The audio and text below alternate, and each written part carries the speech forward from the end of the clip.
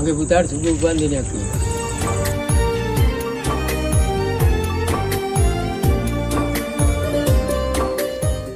කොයිද මාමේ මේ යන්නේ? පුතේ මං හන්දියට යන පොඩි උදව්වක් කරන්න පුළුවන්. පුතේ අද රුපියල් 500ක් තියන්න දෙන්න බෑ. ඒ මොකටද මාමේ? අද පුතාගේ උපන්දිනේ පුතේ තෑග්ගක් ගෙනියන්න ඕනේ. ඔබ නොයන කාරණේ උඹලා බොහොම පිං පුතේ. ඉක්වින්ද කාරණේ දැනුණා. හලෝ.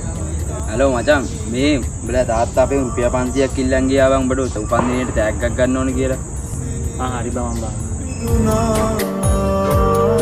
විදවන්ද උසනේ පිරුණා.